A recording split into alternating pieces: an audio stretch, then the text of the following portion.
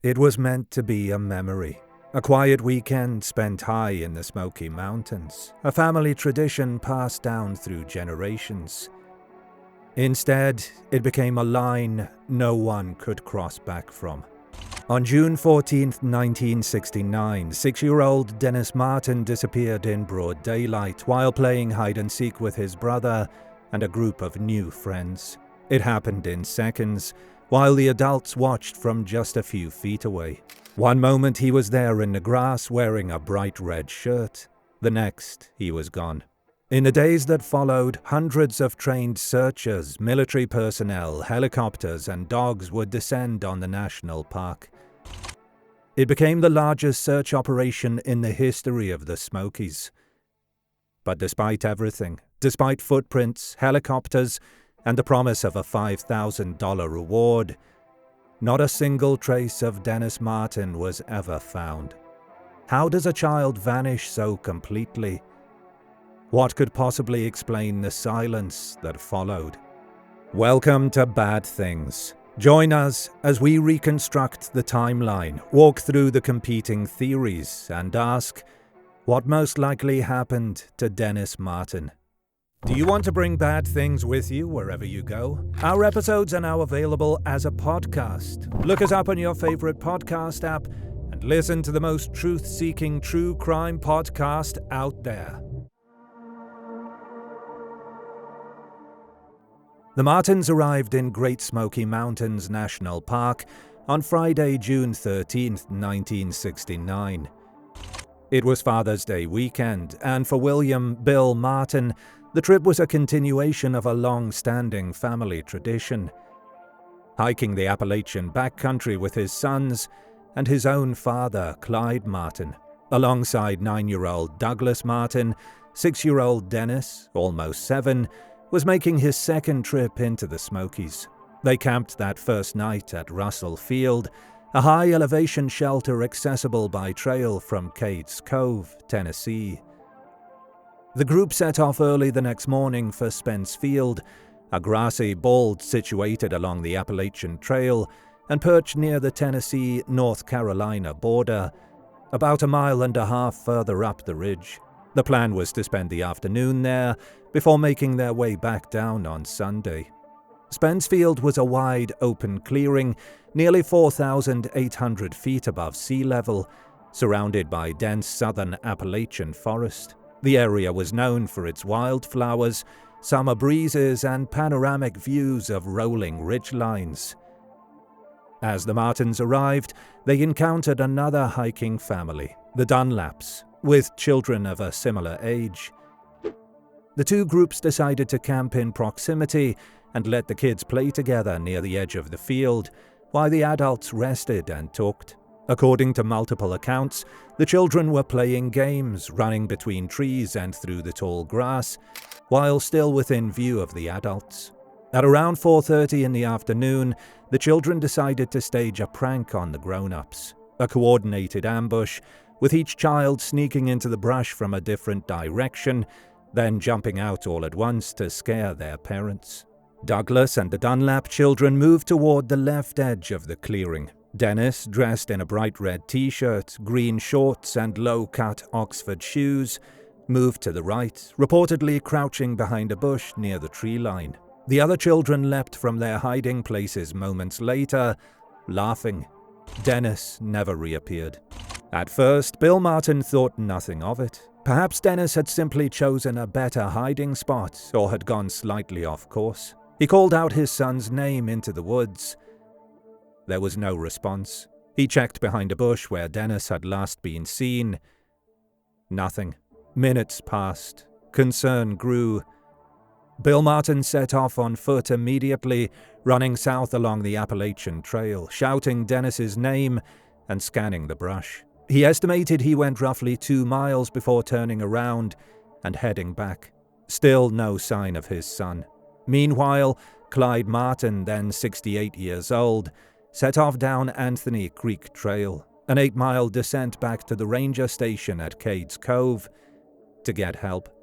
By the time Clyde reached the bottom around 8:30 p.m., darkness was setting in and the urgency was clear. Park Ranger Larry Nielsen, who was on duty at the Cades Cove Ranger Station that evening, received Clyde Martin's report and immediately initiated the missing person protocol. Radio alerts were sent to park headquarters, and local search and rescue personnel were put on notice. That night, a major thunderstorm swept through the area. Heavy rain, over 2.5 inches, fell across the Spence Field Ridge, with wind gusts and lightning complicating visibility and movement. Small creeks swelled, trails turned to mud, and any potential tracks that Dennis may have left were likely erased by runoff. Rangers and a handful of volunteers attempted to search through the storm, but conditions were dangerous. The temperature dropped to the low 50s Fahrenheit, and visibility was close to zero.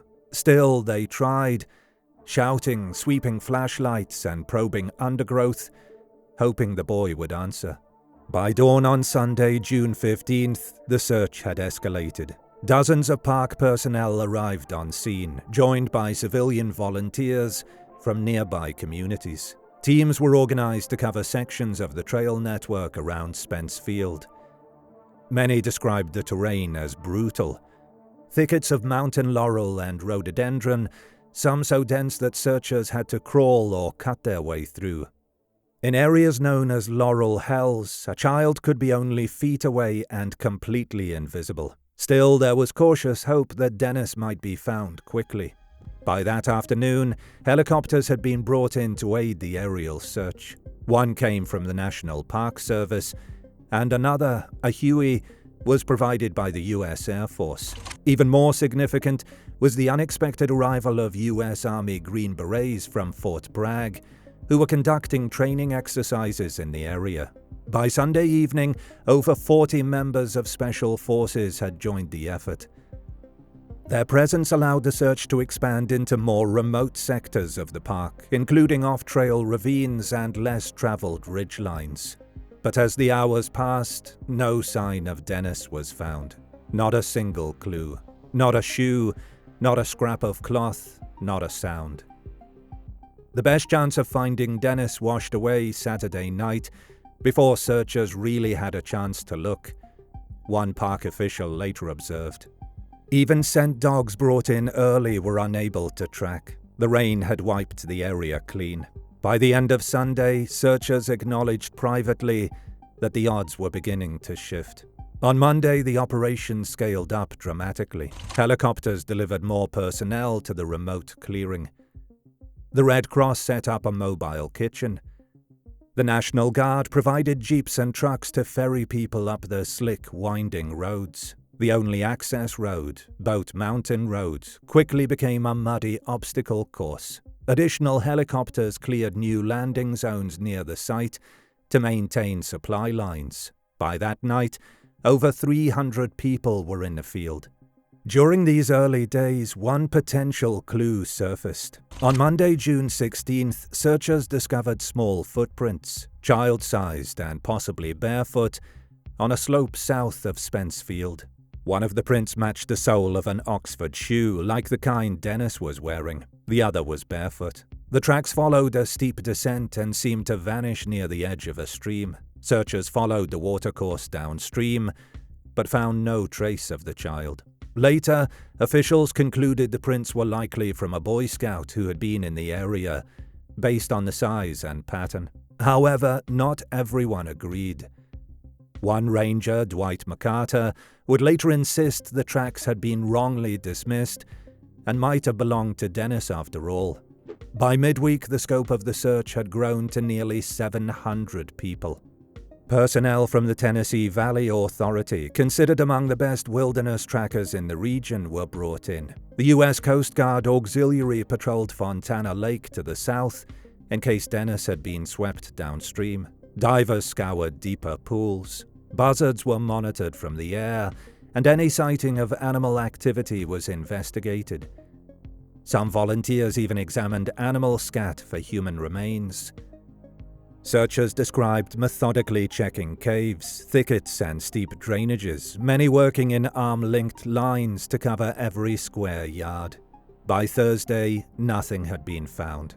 At this point, Some began to acknowledge that the original surge of searchers, now nearing 1,400 people, might have complicated the task. Without strict coordination, untrained volunteers had likely trampled fragile evidence. One ranger later noted that the sheer number of people might have obliterated what we were looking for. As the weekend of June 21st approached, marking a full week since Dennis had vanished, a new phase began. Searchers were now instructed to operate under a dead or alive protocol. If Dennis was found and appeared deceased, they were to leave the body undisturbed until law enforcement could investigate. If he was alive, immediate medical evacuation was to be prioritized. Still, despite every tactical improvement, no trace of Dennis Martin emerged from the woods. Not a torn shirt, not a shoe, not a sign of struggle. Nothing. A few murmurs of alternate explanations began to circulate. Speculation about abduction or possible sightings of a strange man in the woods would soon gain traction. But officially, there was no confirmation of foul play. On June 22nd, FBI agent Jim Reich, who had been quietly monitoring the situation, met with park officials. After assessing the available information, he concluded that there was no concrete evidence to support a kidnapping. Without a witness to a crime or a clear perpetrator, the Bureau could not initiate a formal abduction case. The investigation remained classified as a missing persons case. On June 29, 1969, after 2 full weeks, the National Park Service officially suspended the main search. A final meeting was held with the Martin family, park rangers, and FBI representatives. It was agreed that every reasonable effort had been exhausted. A total of 56 square miles had been searched, with 12 square miles receiving intensive sweeps. Over 1,400 people had taken part. The operation was, at the time, the largest ever conducted in the national park's history. Yet it yielded nothing. After the formal search ended, the Park Service assigned 3 of its most seasoned backcountry rangers to remain in the area for several weeks. These were men who knew the Smokies intimately, and they continued to search quietly, methodically, for any signs that might have been missed by the large-scale effort. They found no trace. Bill Martin, meanwhile, refused to give up. Day after day, he hiked the trails and ridgelines, scanning hollows and ravines, looking for anything, a sock, a shoe, a flash of red cloth. He remained in the area long after the others had left. Witnesses described him as exhausted, driven, barely sleeping. Dennis's mother, who had rushed to the park when the news broke, held out hope that her son had been taken and might still be alive. The Martins printed and distributed reward posters. They offered $5,000, a significant amount in 1969, to anyone who could bring them new information. The posters showed Dennis's face, age, clothing, and the site of his disappearance. They were distributed to post offices and visitor centers throughout the region. But no tip ever led to a breakthrough. Years passed. In 1985, a man illegally hunting ginseng in a remote part of the park claimed he stumbled upon skeletal remains in a hollow. He hadn't reported it at the time for fear of legal consequences. When officials finally investigated the area, nothing was found. It was another dead end. The search for Dennis Martin has never been officially closed, but it remains unsolved. And in more than 5 decades since that quiet Saturday afternoon, not a single confirmed piece of physical evidence connected to Dennis Martin has been discovered. The disappearance of Dennis Martin has endured for over half a century, not because it's full of outlandish twists, but because it resists clean answers. With no physical remains, no clear witness, and no trace of the boy, since that June afternoon in 1969, a vacuum was left behind. And vacuums get filled. What follows is an examination of the most widely considered theories. each one attempting to explain within its own frame how a 6-year-old child could vanish in the middle of the day during a family outing in one of America's most visited national parks.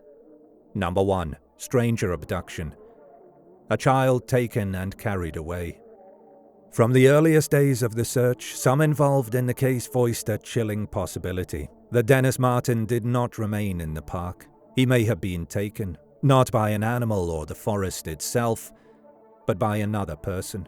This theory gained traction after an account surfaced from a separate family visiting the park that same day, the Key family from Knoxville.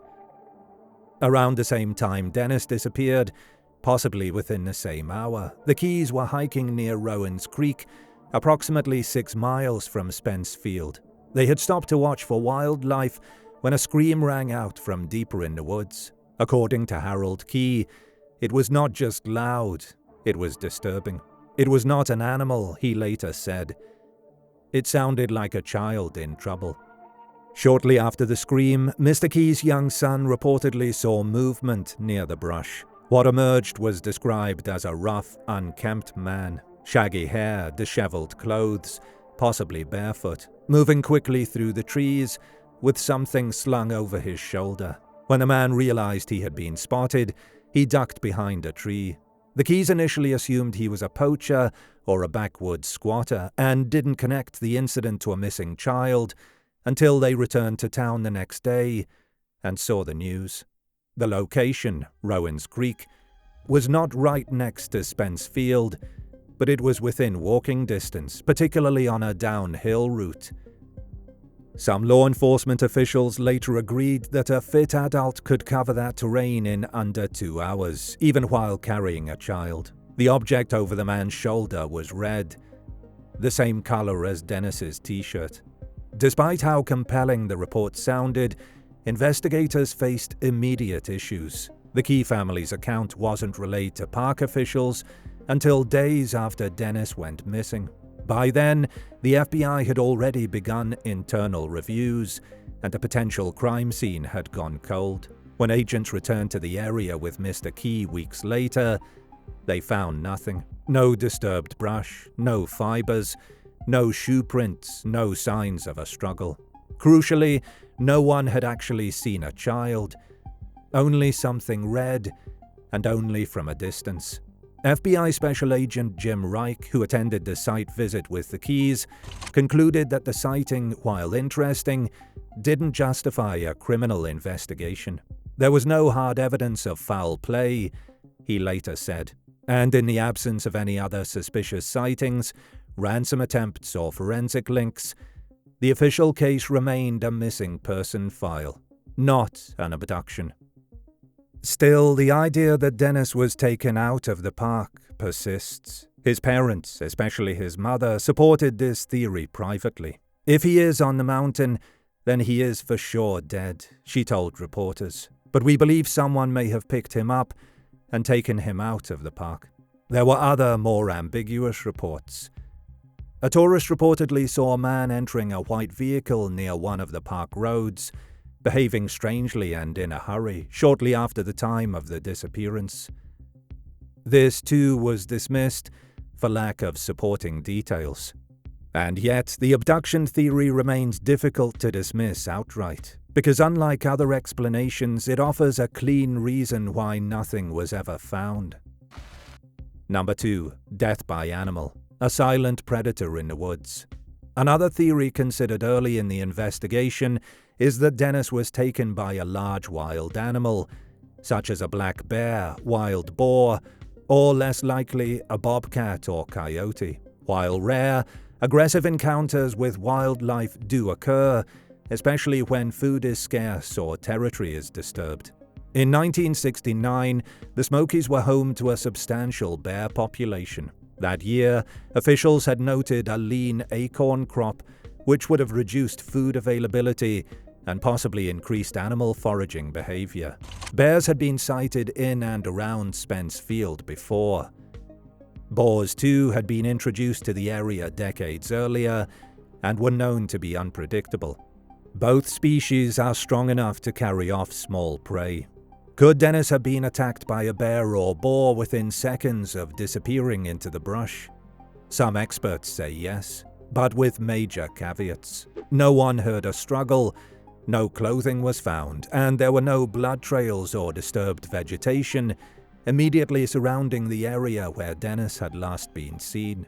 Bears, especially in defensive or opportunistic attacks, typically leave signs. Rangers trained in wildlife tracking searched the area intensely and found nothing to indicate a recent kill. Moreover, a bear would almost certainly leave behind some physical remains, even if it dragged the body away. The same applies to boars. They are aggressive but messy and rarely cover their tracks. Still, there was a confirmed bear capture in the area in the days after Dennis went missing. A thin, underweight black bear caught in a boar trap and later tagged and released. It's unclear if this had any relevance to the case, but it demonstrated bear presence in the zone of disappearance. Despite the lack of direct evidence, the animal attack theory holds some logical appeal. It offers a reason why Dennis might not have responded vocally. If, for instance, he had been ambushed or silenced quickly. But even proponents of this view concede that an attack this clean, without drag marks, fur, or a single trace, would be extremely rare. Number 3. Abduction by a hermit or feral person, a hidden human threat. Some searchers, especially those familiar with backwoods lore, suggested that Dennis may have crossed paths not with a wild animal, but with a person living off-grid, someone dangerous, hidden, and outside the bounds of ordinary society. This theory overlaps with the Key family's sighting, but adds another layer, that the man seen was not just passing through the woods, but living in them. Stories of reclusive individuals squatting deep in the Smokies, moonshiners, survivalists, or so-called feral people, have circulated in Appalachian folklore for decades. In this scenario, a hermit might have spotted Dennis near the tree line and taken him silently. Such a theory is difficult to prove or disprove. No such person was ever identified. The terrain had been scoured. Rangers had swept cabins, old logging camps, and hunter shelters. Nothing was found to indicate the presence of a long-term squatter or off-grid inhabitant in the vicinity. There was also no supporting evidence at the campsite. No extra prints, no unusual gear, no makeshift traps or campsites discovered nearby. Still, for those unwilling to dismiss the possibility of a non-traditional suspect, this remains a plausible, if speculative, middle ground between abduction and accident. Number 4. Accident in the wilderness. Lost and never found. One theory has remained consistent since the beginning, that Dennis simply became disoriented and wandered too far from the campsite. In this view, he was not taken. He did not fall victim to an animal. He became lost and died from exposure, injury, or exhaustion in the unforgiving backcountry. The terrain around Spencefield is known for its maze-like quality. Dense brush, sudden drop-offs, hidden creeks, and steep gullies fill the landscape. Locals refer to some of the thicker zones as Laurel Hells, thickets so dense that light barely penetrates them. A 6-year-old child, especially one described as developmentally quiet and shy, could easily panic and slip beyond hearing range in under a minute. But there are complications. A massive search followed. It lasted weeks and involved over 1,000 people, helicopters, dogs, and trained trackers. If Dennis had died nearby, critics ask, how could his remains have gone completely unnoticed? Some experienced rangers argued that it was entirely possible. You can be within 3 feet of a body and not see it, said Chief Ranger Lee Snedden, who led the search. But others remained unconvinced. Even a lost child tends to leave something behind. A shoe, a thread, a trace. None of that was found. Even the prints that were briefly considered promising were later dismissed by officials. If Dennis had simply gotten lost, some argue, There should have been at least one conclusive clue. This paradox has kept the lost and died theory from being universally accepted, not because it lacks logic, but because it leaves lingering doubts about why 56 square miles of forest yielded nothing at all. Number 5. Family involvement. A hidden truth among loved ones. Though deeply painful, some missing persons cases do involve harm from within. In Dennis Martin's case, this idea has been raised, mostly in fringe discussions, that someone in the family group could have played a role, and that the scenario of Dennis running off to hide was a cover story. There is, however, no direct evidence to support this. Dennis was seen by other children, not related to the Martins, just moments before he disappeared. The group included multiple adults and at least 4 kids. The timeline is tight, the witnesses numerous, and the setting public. Any staged event would have had to occur in full view of others, which strains plausibility.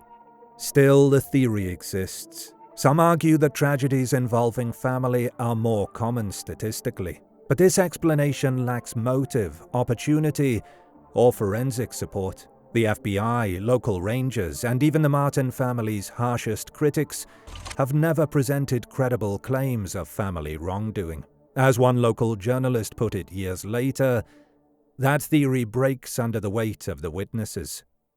Number 6. Paranormal or unexplained phenomena. Outside of official channels, a 6th category has emerged, largely online and in speculative books. The Dennis Martin's disappearance fits a broader pattern of strange vanishings in U.S. national parks. Authors like David Paulides, known for his Missing 411 series, have included the Martin case as part of a supposed phenomenon in which people vanish under inexplicable circumstances, often near boulder fields, in moments of separation, and with oddly clean breakaway points, where a person is there 1 second and gone the next. Proponents of these theories cite elements like the red shirt, frequently noted in missing persons folklore, the silent vanishing, the weather change, and the lack of evidence as hallmarks of something beyond the ordinary. Some even hint at cryptid involvement, including, yes, Bigfoot. To be clear, no official agency has ever found evidence supporting supernatural explanations in the Dennis Martin case. No footprints, no DNA, no anomalies beyond what the environment itself can produce. Still, in the absence of hard facts, fringe theories tend to take root. For most serious investigators, the paranormal theory is a dead end, untestable, unfalsifiable, and lacking evidence. But its persistence reflects a larger cultural truth. People want answers, and when logic fails to provide them, the human mind will find them elsewhere. Dennis Martin ran into the trees and never came back. It was supposed to be a simple game.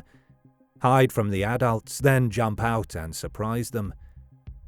But when Dennis slipped behind the bushes near Spence Field, he likely did what many lost children do. He moved further than intended. Perhaps he crept along the edge of the clearing, trying to find a better hiding spot, and unknowingly stepped onto a downhill slope.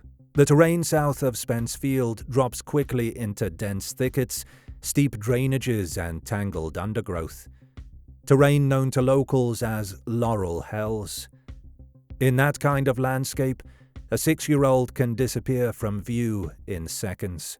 The search began almost immediately, but it didn't matter. That night, a heavy storm swept in, dumping more than 2 inches of rain in a few hours. The rain wiped away footprints, scent trails, and any hope of tracking. The temperature dropped to the low 50s. Dennis was wearing only a red t-shirt and green shorts. He had no jacket, no food, no light. If he kept walking, it would have been aimless. If he stopped, hypothermia would have come quickly. Either outcome ends the same way. Searchers found possible footprints, one barefoot, one matching the Oxford shoe Dennis had on, leading downhill into a stream bed. No one can say for certain they were his, but they followed the exact pattern seen in similar cases. Children move lower, not higher. Children don't call for help loudly. They often hide when frightened. Some crawl under brush or into roots for shelter, becoming almost invisible. And Dennis, according to his family, was quiet and shy. He likely wouldn't have responded to distant voices in the dark. The search area was massive.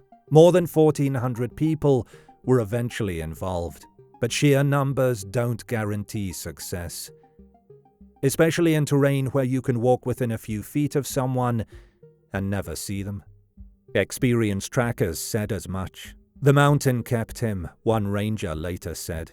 If Dennis died that first night, as the evidence suggests, his small body could have been hidden in a hollow, swept into a ravine, or gradually scattered by animals.